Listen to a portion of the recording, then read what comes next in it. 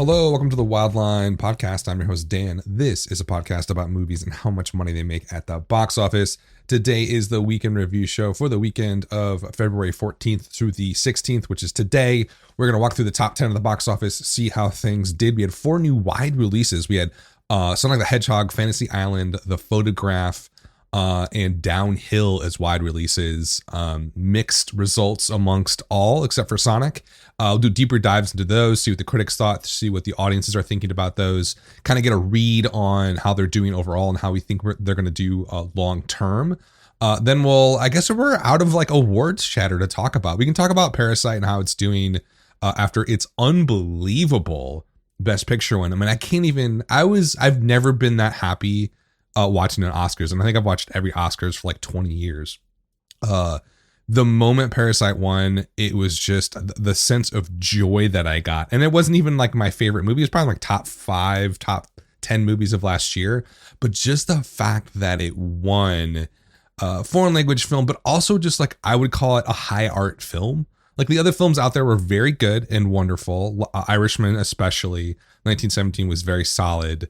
The other movie, Marriage Story, is great. They were good movies, but Parasite was special. Like Parasite was this zeitgeist, perfect moment at the perfect time, a global sort of meme in the same way that Chernobyl was when that came out. Like you had people in like Brazil chatting about it with people in Germany, with people in Australia. Like it was just like a moment where a piece of art was shared across the world all at once. And Parasite has been doing that for like the last year, and it finally got here to the States.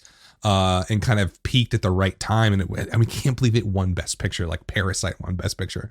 So cool. So we don't have a ton to say more about that. So we'll probably dive into No Time Machine this weekend. Chris is out.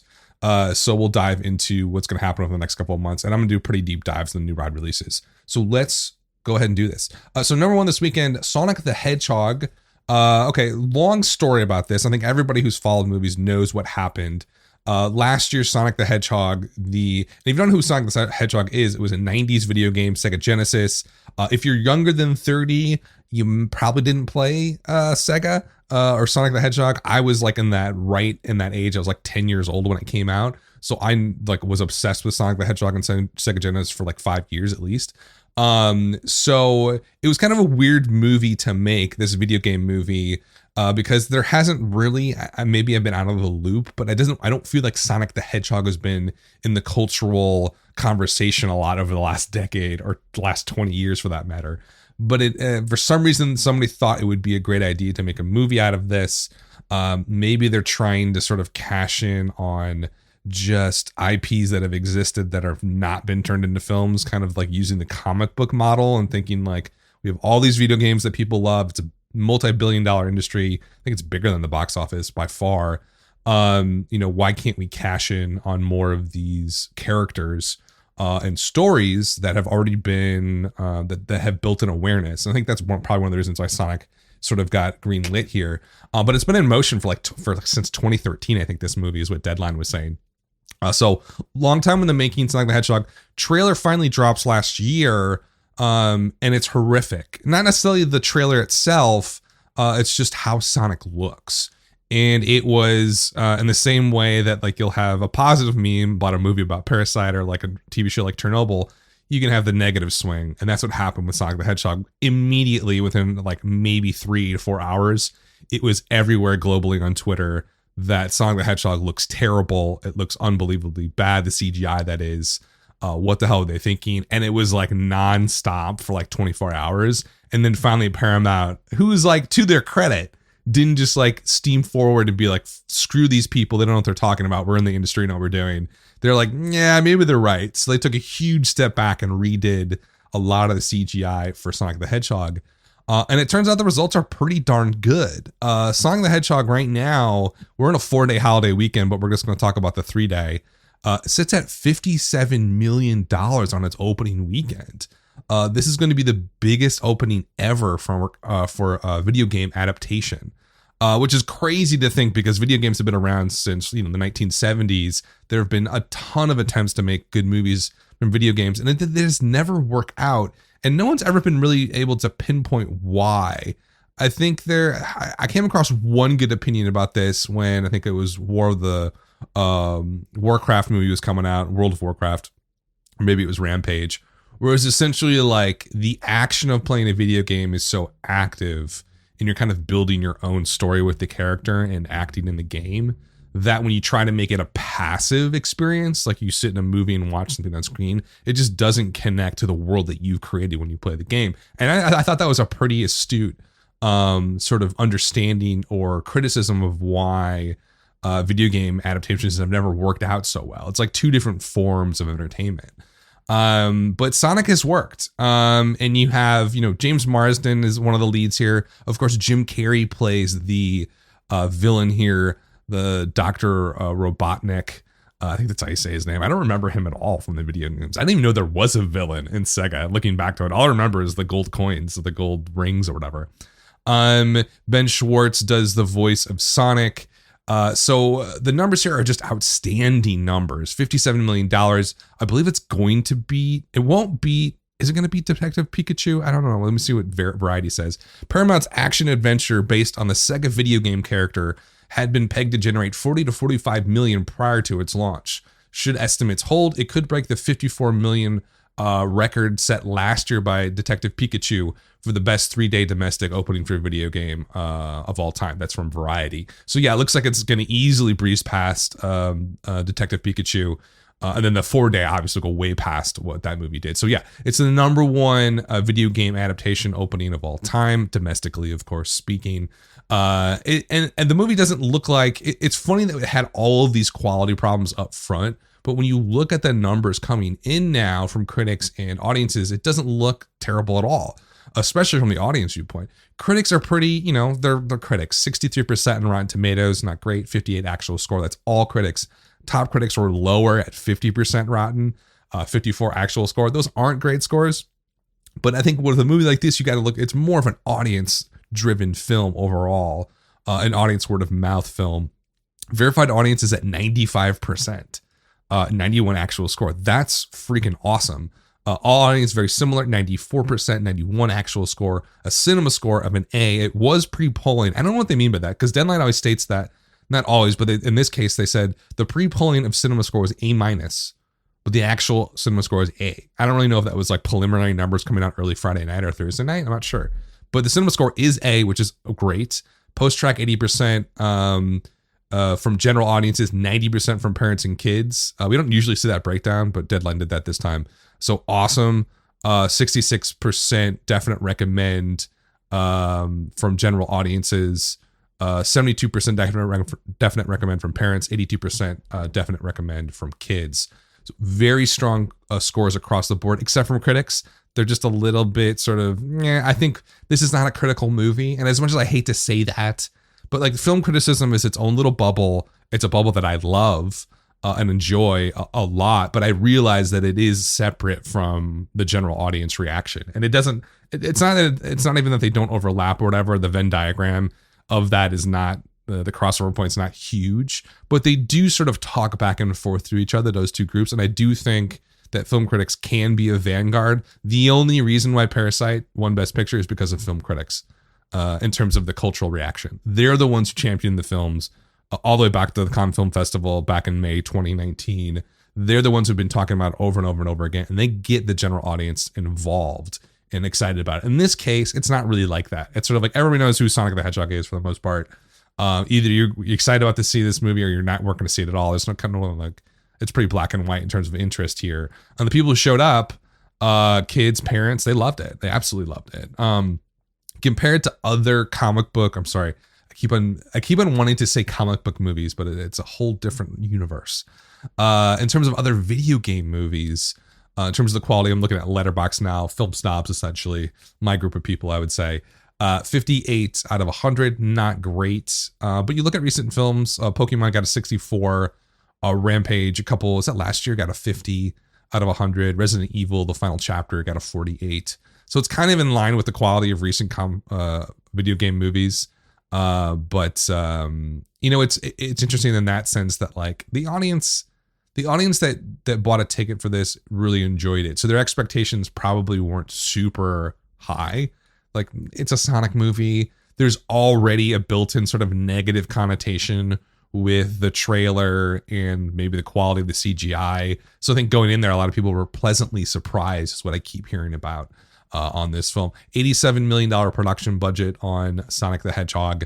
So I think it really going to depend on international numbers. If we just going to extrapolate on what this thing's going to do right now, 57 here domestically. It's going to have a strong Monday because it is a holiday in the US. I don't know if it is up in Canada though. So baseline, you're looking at 171 as a 3x multiple. That seems pretty low to me. I think a 3.2 would be basement on something like this because of this holiday coming up. I'm thinking like 182. Does it leg it to 200? I mean, there's no real quality problems with the audience who's seen it. They really love it. Verified audience score in the 90s, mid 90s is just something that, and a cinema score of A, speaks to at least a 3x multiple from its opening weekend on the domestic market. So, I would say 180 definitely. I think 200 is possible if people keep showing up to see it. One thing that kind of interests me about this movie and this sort of brand or product is that, like, my nephew, who is all of 5 years old, was super into this character, and I was like, how would he even know about it? So I guess Sonic has sort of been around in the background for a long time or something. Maybe there's been TV shows that I missed. I sort of remember it as a 90s thing, and then it completely disappeared when I was like a teenager and in college and a young adult. So this is the first time I'm really hearing about Sonic in like 15-20 years. So I'm kind of out of the loop, though, I can imagine. But a wonderful performance for Sonic the Hedgehog, a win that Paramount needed. They've had a tough go of it recently. And I think that like they're going to be super happy about these numbers. The real story here on profitability is going to be international market. If it can play well on the world stage. And of course, the big thing that has happened so far in the global box office is that China's still shut down. China has 1/10 of the world's population under quarantine because of the coronavirus, which is not really stopping or slowing down. So business has not opened at all in China. All movie theaters are still closed. There's like 72,000 screens, or sorry, 72,000 screens or something like that in China. So Sonic cannot rely on China at all for any revenue here at the box office. So we'll see how much that hurts that. It does kind of seem like it would do well in China and sort of the Asia markets, but it's not really going to happen here. So $87 million is a lot of money to make up. Releasing costs at least $100 million worldwide. So you're already looking at about $200 million to make up just on the box office theatrical exhibition release. So it's not necessarily going to be an easy road, but like, okay, let's just say hypothetically it makes 182 here domestically. That's at least, you kind of translate that worldwide. I think it's going to be okay. Even if the releasing costs are, well into the $200 million, it would have to make, 240. Yeah, this thing's fine. It's going to make a profit. Now that I'm looking at these numbers a little bit closer, like there's no way the world market's going to collapse that much so that it wouldn't make enough to be profitable. So I think Paramount's super happy with Sonic. We'll see how it drops next weekend. I'm thinking probably like a 45% drop, 45 to 50%. It is a children's film, so they tend to have lower drops than normal. I don't see a 50 to 55 or higher. So I think it's going to have a nice sort of a runway here to make some real cash. But Sonic, big winner this weekend. Number 2, Birds of Prey, or now it's called Harley Quinn. So they changed the name of the movie. We talked about this like last week in a little bit. So essentially, Birds of Prey has flopped. It's only sitting at, it made what this weekend? 17.1 million, 48% drop, which is not terrible, but it started out from a horrific opening weekend. Right now it sits at $59 million total domestically here. I think Warner Brothers, to their credit to some degree here, went back and changed the title of the movie officially. So the title that it was released as is Birds of Prey and the Fantabulous Emancipation of One Harley Quinn, which is a very long title, which I hear Margot Robbie, who was also an executive producer here on this, really liked that title, wanted to push it out front. Warner Brothers sort of like after the terrible opening weekend was like, oh shit, like this is a disaster. Let's change it to Harley Quinn. I think it's Harley Quinn Birds of Prey. I have to look up it on Fandango. So they're trying everything they can to make this movie work. It's too bad. I think that like the quality of the movie is not really in question here. It looks pretty good overall. 79% in Rotten Tomatoes. Let's take a look at the verified audience score, how much that's changed. I don't know. Deadline said in their art right up here that the updated post track was 3.5 stars, which essentially relates to like a 70% from audiences. And they said it was pretty middling. Like, I feel like that's a little bit like strong a phrase for a 70% on post track based on what I've seen in the past. 80% audience score right now on Rotten Tomatoes. So it doesn't seem like there's a massive quality problem. Like, is it a masterpiece? Is it seen as like an MCU Endgame Infinity War? No, it's not like that. But it's certainly not really all viewed that negatively at all by hardly anybody here. So I don't see any quality problems with this film. I think the marketing was a big hit, not naming it Harley Quinn or Birds of Prey Harley Quinn or Harley Quinn Birds of Prey, whatever the hell they're calling it now. I think it was a huge mistake. And not that like people didn't know what it was. Now they changed the title back on Fandango. Now it's back to Birds of Prey. So I don't know what Warner Brothers is doing right now. But I think, why did it do so poorly? It's at 142 worldwide box office, so it's going to make some international money. If I had to pinpoint an issue here, and like I always did, like the post-mortem stuff, is it a product quality issue? Doesn't seem like it. Is it a product conception issue? Does the entire idea make sense to connect with people and audiences? I would say probably no. Suicide Squad, despite the fact that it was successful and made a profit, is not viewed very well by anybody except DCEU like fanboys and zealots, because it wasn't a good movie. So the average people that saw that who are not DC zealots don't like that film, and so it had left a lot of bad taste in people's mouths. So doing a spin-off of, I would say like a significant character in that film, but not exactly like a primary character. It doesn't really seem like a good idea. I think a lot of it was the fact that Margot Robbie wanted to do it and she wanted to executive produce. So I think that sort of greased the wheels a bit to get this thing in motion. I don't think anybody stood back and said, hey, does this really make sense? Do we want to pour a ton of money into this movie so that we can guarantee a $300 million worldwide run for this? That didn't happen at Warner Brothers. Clearly that did not happen because the conception of it just didn't really add up. And then you could see that play out on the marketing because they didn't really know how to market it. And the trailers were pretty tepid. And I'm not like a huge comic book fan, obviously, but I am like, I do appreciate great marketing in film. And for movies that I'm not even interested in, if it's a great trailer, like 1970, God, what a great trailer that was. Just phenomenal. Birds of Prey just did not sell its story all that well. And it really kind of like, I felt like put the other characters in the film on the side, even though when they're not when you see it. So it was a very muddled marketing campaign that I think was an extension from a poor conception of a movie to make. It just didn't really add up to me to like a huge worldwide event film. And I think that was the major problem here. So they're trying different things to sort of, get as much money or squeeze as much juice out of the lemon as they can. It's kind of a failing effort though. It's just not really going to break even. It's a lesson, DCEU is in a weird spot right now. You had some huge successes with Wonder Woman. And I think the more surprising was Aquaman, how well that did. I was very skeptical of that. And then of course, Joker. But Joker feels like a one-off. Joker feels like, what do they call it? It's like Dark MC or something. Black. I don't know. It's like a special imprint label of DCEU. That's sort of adult fare, Dark DC or something. So that's like a different track that I thought like this might plug into, but it had like that middle ground where it was like 1 foot in the Wonder Woman world, Suicide Squad world, then 1 foot in sort of the Todd Phillips, Joaquin Phoenix Joker world. It just didn't really have a precise sort of vibe or message. And I think it just confused a lot of people. And when people are confused, they're not going to put $15, $20 to go see a movie. They're not going to do it.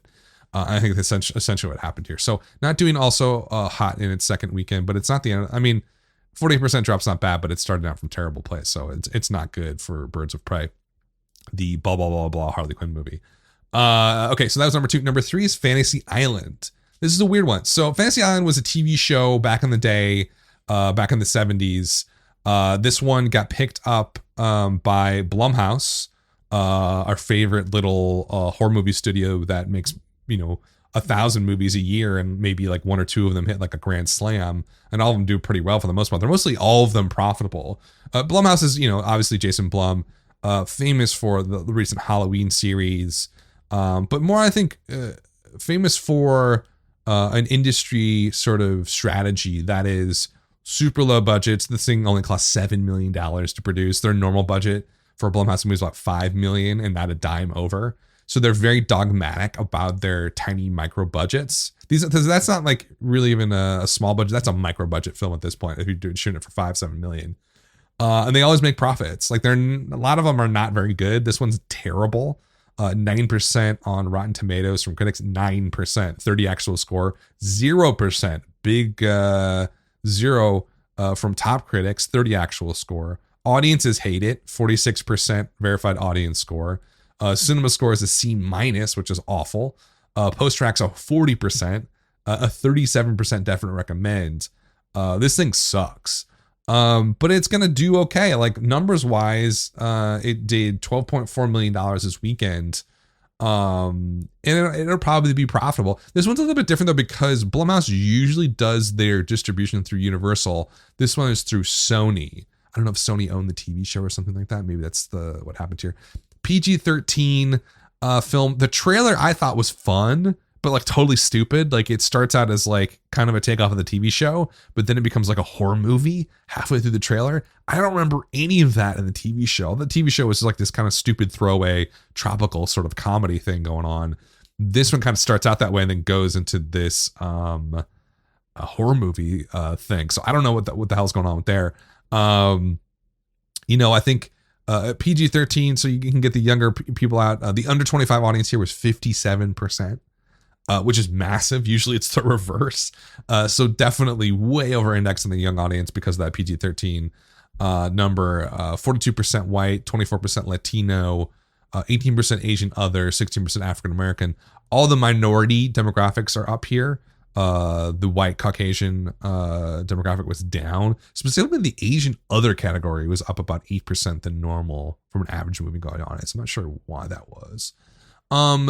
So yeah, with this one, it's the typical, I thought it was smart to put it on Valentine's Day. It was a very crowded weekend, but I think it's going to do okay because of that. But I would say this, if they had moved it to last weekend or the weekend after, I don't really see this as a huge date movie. I think that's more of the Photograph film we'll talk about next. So a weird weekend for this, but I think it's gonna play okay. It's no Escape Room, which is another Sony movie that that one really overperformed last year in January.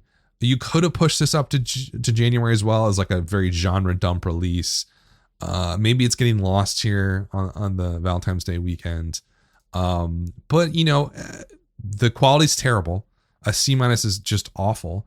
But they're gonna, I think, break even on or make a little bit of money, which is kind of, I think, as a viewing audience member, really frustrating, right? They put out this terrible movie. People end up going to see it. It's gonna make money. Then they might do another one. They might do something like this again and be like, well, if we make a few $1 million off of it, who cares? But it does sort of see the sort of creative failure of this film, which I think is fair to call it that. Is kind of been there's been a string of these with horror films.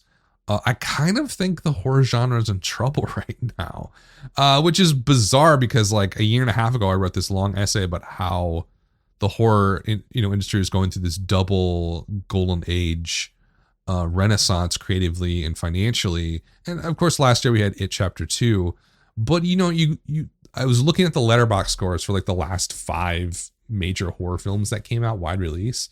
So this one sits at a 38. That is Fantasy Island sits at a 38 on Letterboxd, which is awful. I mean, like Letterboxd, you want to be between like 60 and 80. Like that's like anything above 80 is basically a masterpiece. Anything below 60 is pretty bad. If you go below 50, you are in real trouble. If that group of people thinks that your movie is that bad, you got problems. So especially like the horror movie audience. So 38 for Letterboxd for Fantasy Island, bad. The last horror movie before the Turning, remember Cinema Score F, that got a 34 on Letterboxd. Hansel and Gretel and Hansel is the best of the recent lot, but 56 also had a terrible cinema score. The Grunge 32 on Letterboxd, F cinema score. Black Christmas 40 on Letterboxd. I'm not sure the cinema score that was low too. The last horror film that we had that was over a 60 on Letterboxd was Doctor Sleep, which was October of last year. And the thing about that, Doctor Sleep is a great high budget horror film. Nobody saw it. Literally nobody saw it in the theater. It was a massive flop. Now is getting a second light. If you look at the DVD rental VOD stuff, the Doctor Sleep is doing quite well because people finally discovered that it was actually a good movie, that it is The Shining 2. Again, back to the naming thing, just call it Shining 2 Doctor Sleep. Like, who cares? People would show up to see that. They didn't, and it really screwed that movie. And it's a really good movie. But I think horror's in trouble a bit. Like It Chapter 2, not very good. Financially did great, but I don't think people really liked it all that much. Scary Stories to Tell in the Dark last August. Again, like decent, but not great. And this recent run in 2020 has just been horrific. Back to sort of Black Christmas. So, you know, always my fear with horror becoming popular again was that they would just start greenlighting every single horror movie out there, and we'd get The Turning, Gretel and Hansel, The Grudge, Black Christmas, and now Fantasy Island. Hopefully over the next couple of months, we'll be able to right this ship a bit. You know, Quiet Place 2 is coming out. I think that could do quite well. Invisible Man comes out later this month. That's like my big hope for the horror genre. That looks fantastic. Elizabeth Moss is a wonderful actress. It looks really interesting and fascinating. I think there's a lot of buzz behind it. So I think it's going to do well financially. I just hope it's a good movie. And Quiet Place 2 looks pretty good, but we won't know until we get closer to that one. So horror's in a really weird spot right now. It looked like it was the Halcyon Days like a year and a half ago, but like 16 months ago or something. But now it's in like this gully all of a sudden, which is exactly what I wrote about in that article, is that like it is such an up and down genre. You'll have a good year, then a terrible year, then an okay year, then it disappears for like 3 years. Nothing really big's coming out. Then all of a sudden a huge It movie event happens. But I think Fantasy Island is sort of showing us that we are definitely in a creative and financial gully for that matter, with horror movies. Okay, so that was number 3. Let's move on to number 4. The Photograph came in at number 4 this weekend from Universal. This is a PG-13 romance film, and it's a straightforward romance movie. It's not really a rom-com, and it doesn't really seem like a sort of a very dark drama. It's the type of romance film we just do not get much at all anymore. Maybe kind of like a Notebook-ish, not as sort of over the top as that though. Critics liked it, 75% Rotten Tomatoes, 79% from top critics, 68 actual scores on both of those. Verified audience here was an 83%, 85 actual score. All audience was an 81%, 84 actual score. Cinema score of a V+, which is good. Post track of a 60, which seems low. Definite recommend at 49% was also low. You know, it came in number 4 here at 12.2 million on the weekend. Per theater average in its 2,500 theaters was about $4,900, which is okay. I think this one, you know, Fantasy Island and this kind of canceled each other out. Maybe Downhill, we'll talk about in a bit, kind of fits in that box. Valentine's Day release, very crowded market. A lot of holdovers doing pretty well. We'll talk about one in a second that did fantastic this weekend. But it just too crowded for a movie like this, it feels like. And again, we don't see stuff like this very often. This is more, it seems like a streaming movie. You would say this is like rom-coms in general too, but almost general romance films are definitely more on the streaming side. Letterboxd 62 out of 100, which is okay. Recent like romance films, I can hardly find any to really think about. Like Long Shot was more rom-com, did a 68. Big Sick, definitely rom-com-ish, 72. Me Before You. Kind of a straightforward romance with some darkness involved, 64. So it's kind of in that range. Big Sick being probably the best one in recent times. Audience here was 52% African American. Makes sense since the two leads are African American. 24% white, 13% Latino, 11% Asian other. So they definitely got the targeted demographic to show up for this. 66% female, 34% male. And that's kind of one of the reasons why, the 66% female makes sense for a romance movie. But you're kind of playing to like 2 quads instead of a 4 quad movie. So like you're automatically cutting out half of your audience, which can work. It can definitely work. But what you want for, I don't know, my thought process on a romance film like this is that you definitely want both men and women to show up. You want to, and those films are very hard to do. I think Big Sick was a version where that worked. It's definitely a romance film, but I guarantee the audience was more split down towards a 50-50 male female. So you get all 4 quadrants, over under 25 male and female. Here that just didn't happen. But I don't think they probably spent a lot of money. I don't see a production budget listed for this film. Let's see if I can find it while I'm talking. Seems like it was very low, kind of not a lot of high stakes here going on. And I think they're going to be happy with this performance overall. I don't think they expected to do $20 million. I think Universal probably hoped that it would break out in that way, but I think it's going to be fine. It's going to have a decent multiplier just because of the type of movie that it is. Like there's nothing else at all like this, and hasn't been for months probably in the box office. So I think that it's going to have a 3x multiple. So maybe it legs it out to like 36, almost 40 maybe. That's not bad at all for a movie like this. So I think Universal is going to be pretty happy with this performance. Number 5 was Bad Boys for Life. In its 5th weekend, dropped 6%. So I think, you look at the Valentine's Day sort of holiday box office, who's the real winner here? It's going to be Sonic the Hedgehog, and it's going to be Bad Boys for Life. Because Bad Boys dropping 6% in the situation is insane. It sits at $181 million so far for Bad Boys for Life. And this is one of those weird mystery films where it's definitely like a big bet. Not a big bet, but like they threw it out in January just to see what would happen. They didn't think it was going to do all this well. It's at 368 worldwide. Easily one of the more surprising performances of the last year in some. I don't think anybody thought it was going to do this well, and it just keeps on getting better and better for Bad Boys for Life, especially this weekend. So great performance for that wonderful hold. Number 6, 1917. 1917 was supposed to sort of sweep a lot of these awards at the Oscars and just didn't happen. Best Picture, Best Director, they were all supposed to go to 1917, and it really only got Best Cinematography, I think. So $8 million, 12% drop, pretty good. And that sits at 144. So Sam Mendes is crying to the bank, I guess. It's doing quite well. Worldwide sits at 322. So I think from a financial perspective, it fell short of the big Oscars. It won a lot of awards. But I think from a profit perspective, I think it's going to be quite healthy. Was expensive to make though.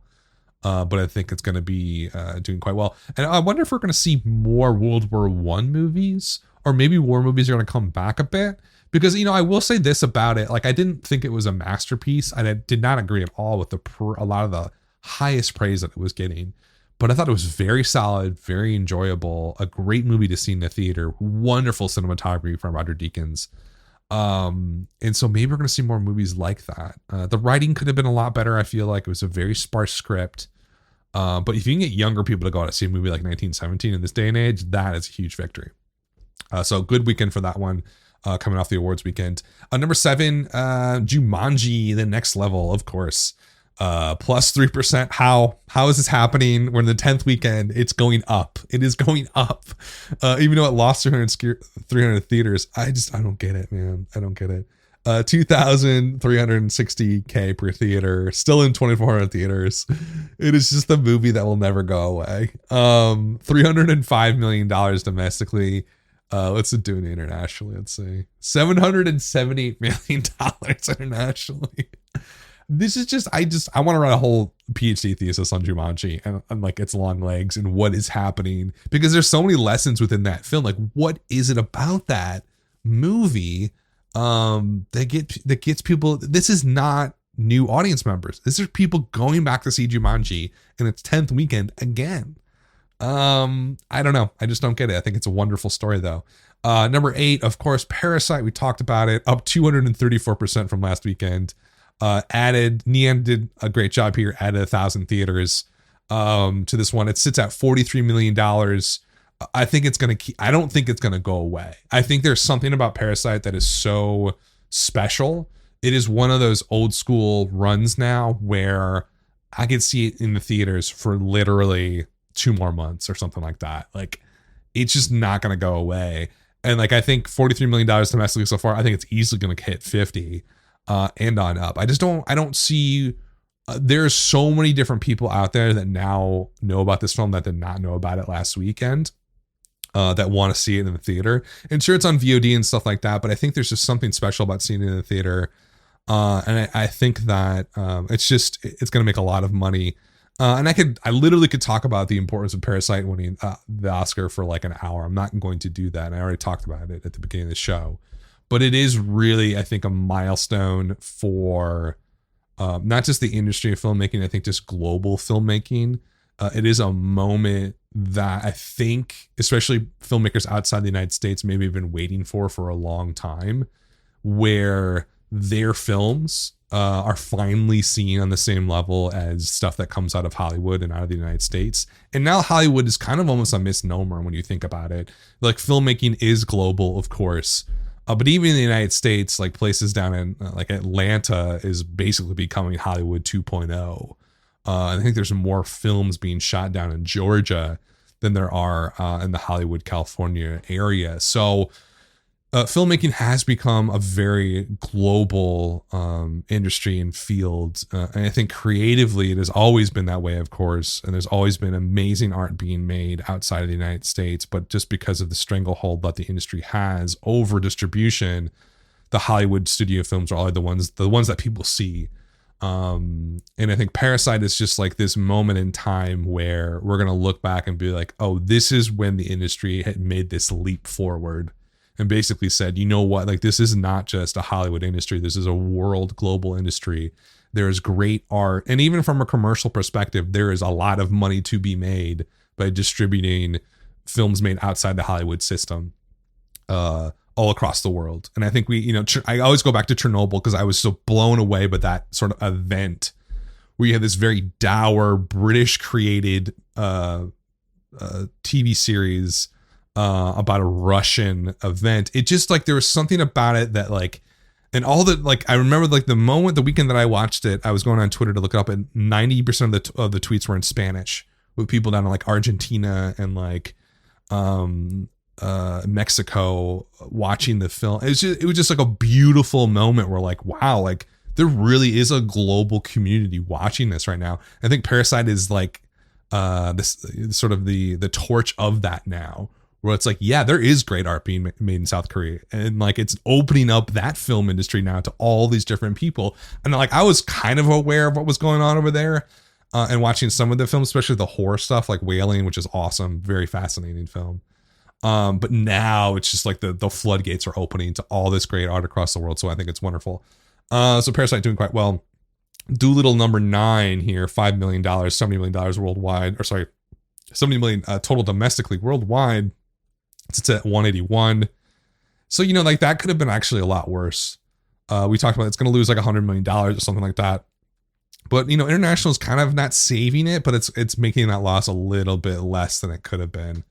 It's not the end of the world, but it's certainly going to lose a lot of money. And we also had a new wide release down at number 10, Downhill. This is from Searchlight Pictures, formerly Fox Searchlight Pictures, now owned by Disney. Only did 4.6 this weekend. What's the story in this movie? So this premiered at Sundance. This is a remake of the European film Force Majeure, which came out a few years back. Essentially, the story is a family is on like a ski vacation. There's an avalanche, and this doesn't really give it away, but like, this is like, it happens really early in the movie. And the father the way the father reacts to this sort of impending doom really creates this rift. And so it's a European film remade here with Will Ferrell and Julia Louis-Dreyfus. So big names, interesting directors here, Nate Faxon and Jim Rash. You probably don't, if you saw these guys, you would know them. They're like famous from The Groundlings and improv comedy. They also co-wrote the Descendants screenplay, with Alexander Payne, which I think, did that win the Oscar? I think it might have won the Oscar that year. So they're great writers, great sort of comedic actors. This thing is DOA, which is surprising because of the two main leads, and surprising because it's a proven great concept of a movie. Something got fucked up here. Rated R, coming out from Searchlight Pictures. It's a short film, only about 85 minutes. Critics 41%, 55 actual score. Top critics even lower, 32%, 54. Here's where there's a real problem.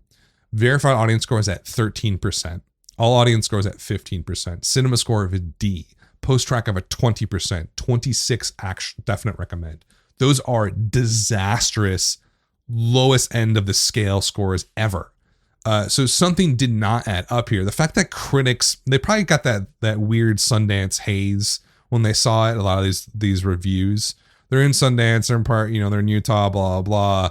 They thought like, I feel hip, I'm here. And like, they said like, oh, that was not very good. So I'm gonna give it like a 50. The audience sees this, $15. They go out Thursday night, Friday night after work. They really want to be entertained. And they're like, what the freak is this? A verified audience score of 13% is just like, it's essentially a cinema score of F. It's the absolute kiss of death. Very, very rare. So something did not work with this film at all. And it's kind of weird because it made me think about Will Ferrell's career a bit in film, and how I was thinking back to Holmes and Watson, which is a disastrous bomb. That 32 out of 100 on Letterboxd, that one. And then I went back a little bit further and I was like, well, remember The House 2017, which I kind of liked, but also a blockbuster flop at the box office. 48 out of 100 on Letterboxd. And then I went back to Daddy's Home 2, financially done well, but only 50 on Letterboxd. And it sort of made me realize that like Will Ferrell has never had a strong film career. He had, spots on Zoolander. That's like 20 years old. I mean, Zoolander 2 was a huge flop. Anchorman, of course, is probably his biggest, and Step Brothers would be his two biggest successes in film. Anchorman 2 was a massive bomb. We haven't had another Step Brothers. They should do another Step Brothers. They really should. People thought that with Holmes and Watson, two same leads. But that was disaster. So it's sort of, Will Ferrell has this status, but he can't carry a movie, especially when the script's terrible. And he just has not had a lot of success. And you look at the most successful films that he's had, Daddy's Home 2 and Daddy's Home, he's really not the main lead. It's definitely a co-lead or triple lead on those films, or the Daddy's Home 2, it's like 4 leads. It's kind of funny that you think about it. He just had this great stature, except for someone like me who kind of grew up with him on SNL and stuff and saw him transition into the Anchorman and the Step Brothers in the mid 2000s. And he was like everywhere. This last decade has not been great for him on the film wise. And he's had a lot of, this is like his third fucking massive flop in a row. So I just don't know where his film career is going to go, if it's going to go anywhere. I mean, maybe we should just go back to TV. I don't know. It's kind of sad because he is such a wonderful, gifted actor. I feel like, for a good example of what I think he should be doing, and this is just me being an asshole, and sentimental, but go back to like Stranger Than Fiction and go back to a very tiny film that nobody saw, Everything Must Go, which was a takeoff of, a Raymond Carver short story, which I actually read the script for a screenplay competition and gave it a really high score because it was a very good script for that movie. And I ended up seeing it later. And I was like, that was pretty good. I think Will Ferrell, ultimately, he's a wonderful, obviously, top in his generation comedic actor. But I do think that there's something underneath the surface in him for the film type stuff that needs to be a lot darker, needs to be not darker, but a little more emotionally nuanced and richer. And I think that'll bring out a lot in him. And he's not doing it now. I think Downhill was an attempt. It just didn't work for a lot of people. I think a lot of people showed up to Downhill thinking it was going to be Anchorman 3 or something. Like, that's what it seems like from these audience scores. And maybe they didn't market it appropriately. I mean, it did premiere at Sundance. They weren't just sort of like, hey, this is another Will Ferrell comedy. No, like, it's supposed to be very dark. So I don't know. I don't know what happened here. I don't know what happened to these directors. They're both great writers and actors. So I don't know. Maybe it was just lightning in a bottle in a bad way. Anyway, that's all the major ride releases. Outside the top 10, we can talk about a little bit. So no timeline today because Chris is out. So we'll talk a little bit outside the top 10. Then we'll do a lot deeper dive here into what's coming out over the next month or so. So what else? Knives Out still crushing 161 domestically so far. Little Women at 105. Star Wars Rise of Skywalker still in their ninth weekend, $512 million domestically. Jojo Rabbit, which I think is wonderful and more people should see, $31 million here from Fox Searchlight, now known as Searchlight Pictures. So decent runs. You know, Jojo Rabbit I think could have made a lot more money. Star Wars obviously is Star Wars. They need to reboot the series, at least a soft reboot. Little Women's a huge win. Frozen 2 still out there somehow, probably going to hit $480 million domestically. The Turning, Just Mercy, still sticking around at $34 million. Quietly made $34 million, but I think that movie easily could have made 60 or higher. It's that good. A+ cinema score on that. Just never, people didn't show up for it. I think the only limited, really wide release stuff to talk about, there's two of them. The Times of Bill Cunningham. So Bill Cunningham was a famous photographer for the New York Times. And so he was like the fashion photographer or social photographer, which sounds really weird now when you say that. But he was just like the guy for like 50 years in New York. He was the dude who would like get the pictures of everybody famous, and like there were good pictures and like people would pose for him because they liked him a lot, because he was very like kind of not chummy, but like he never was like, he was not paparazzi. Like that's sort of what that role is now. He just had a really good relationship. So that documentary is doing very well in New York. It looks like, obviously 22K per theater, not going to translate outside of New York though. I remember they put out a documentary of him when I lived in New York, and I went to go see it like opening night, I think New York Film Festival. It was wonderful. Really fascinating guy. But that's not going to break out, I think, outside anywhere of that city. Portrait of a Lady on Fire, my favorite film of 2019, has finally made it out to release here in the United States from Neon. 22 theaters. Come on, people, show up for this. 20K per theater is okay, I guess. I just don't get it. Like, that movie is so freaking good and like had all of this buzz, but then like, I don't know what happened. Like, it didn't hit with a lot of people, or it wasn't marketed the right way. France decided to not nominate it for Best International Film. Absolute fools, because I think it would have done quite well. I don't think it would have beat out Parasite, but I think it would have gotten a lot more marketing that way.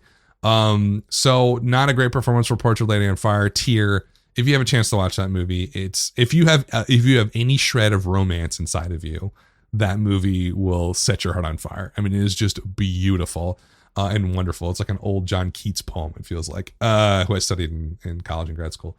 In any event, enough about me and poems. Let's talk about what's going to happen over the next couple of weeks at the box office. Next weekend is kind of quiet. We have Brahms the Boy 2 and Call of the Wild. Brahms Boy 2 is from STX. It's looking at about 3-day between 6 and 11 is what Box Office Pro is saying. That seems pretty generous. They're saying $7 million for the 3-day. That sounds, I guess, about right. That's fair. But again, another terrible horror. I can guarantee you it's a terrible horror movie. So we've had like 6 in a row. Someone needs to get a horror movie out there that's not absolute shit. I hope Invisible Man is pretty good. We'll talk about that in a bit. Call of the Wild. I don't know if they were thinking about this. 20th Century Studios, formerly 20th Century Fox, or Fox 20th Century Studios. I can't even remember. It's been gone for 2 weeks and I can't remember the name. 20th Century Studios now. Call of the Wild. Harrison Ford. He's very old. It's a CGI dog. It looks like a total shit show. Box Office Pro saying 13 million. That seems pretty low.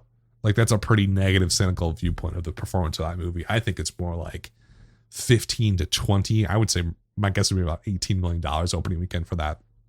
With a pretty good run overall, I would say. What's crazy about Box Office Pro is they're like, hey, it's gonna open at 13, but it's gonna close out at 44. Like, that doesn't make it like that's. I mean, that's a very good legs, but that doesn't really add up. Okay, 28. The 28th, we have Invisible Man. Obviously the horror film from Blumhouse. Elizabeth Moss. Her husband disappears. Apparently, he's dead. Or maybe he's not. Maybe he's the Invisible Man. Whatever. It looks very hypey. People are hyped up about it. Box Office Pro is saying $30 million. I think that feels right. They also have an $80 million total domestic. That also feels about right. Like a lower multiple than normal. But I think 30 actually kind of feels low to me. Then I'm thinking, because we haven't had a great horror film in forever since Dr. Sleep, which nobody saw. It Chapter 2 is probably the last big event horror film. So it's been a long time. So I think people are pent up about it. The recent horror movies have been trash. So I think it's going to do quite well. I would say more like 35 to 40, maybe even low 40s. And then, easily breaks the $100 million mark, I would think, if it's good. If it's not good, I think it's still going to pop off opening weekend, but then just crashes on its multiple.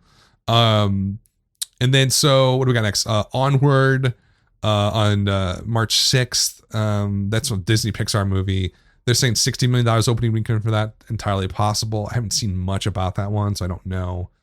The Way Back, Ben Affleck basketball movie from Warner Brothers. That one feels like it's going to pop off. So they're saying $10 million, and they've lowered their prediction from last week by 23%. I don't agree with that. I think at least 15, 20, maybe low 20s. There's something about that film that I think is going to click with people. I don't know what it is. But maybe it's right around March Madness. It's just a good timing release. Okay, then we got Bloodshot coming out on the 13th. That's the action movie. Isn't Vin Diesel? I think so. $12 million opening? That doesn't make any sense. That's way too low. That's more like a $20 million opening. And then there's a lot more coming out. The big ones are Quiet Place Part 2. They're saying $72 million opening weekend, 168 closes. That feels right. That's going to be huge. Mulan, who knows now? With China being closed, I don't think China's going to be open till May. So domestically, it's not going to affect it, but I think definitely internationally, it's going to have some problems. New Mutant comes out in April. Oh, there's a Peter Rabbit too. Ugh. And No Time to Die, the new Bond movie, comes out on April 4th. They're saying $88 million opening weekend, 269 domestic total. The biggest movie, so the biggest movie is coming out. Definitely the Bond movie, Quiet Place 2, Milan. Onward's probably the biggest movie coming out in the next few weeks. It's a really kind of quiet March until the end there with Quiet Place 2 and Mulan. I think the biggest breakout we're going to see over the next month is going to be Invisible Man. I'm calling it. I'm calling a $42 million opening. I know that sounds crazy, but there's just something about her, the timing of it. The young people on Twitter seem to be really into it. So I'm going to call that one's going to be a huge, huge win for Blumhouse and everybody over at Universal who's distributing the film. In any event, I will be back next weekend with Chris doing Time Machine. Thank you. This has been the Wildline Podcast.